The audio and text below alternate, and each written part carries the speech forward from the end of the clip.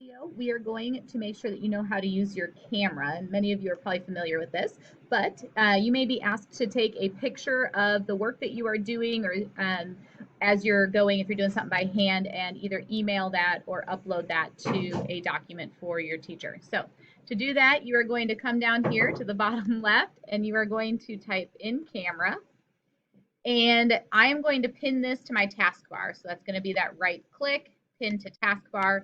That allows it to pop up on the bottom line here. Then I'll click open and your camera should pop right open. And then you take a picture and it will come down here at the bottom to your camera roll. And from here, you will have different options of what you can do. So you may, if you just need to insert this into an email, you can right click on it and go to copy. And then when you get to your email, you can paste it.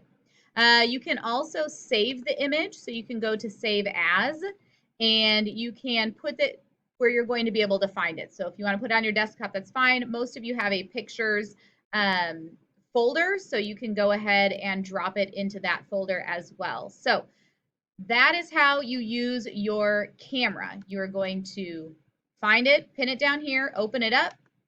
It's live. Take a picture.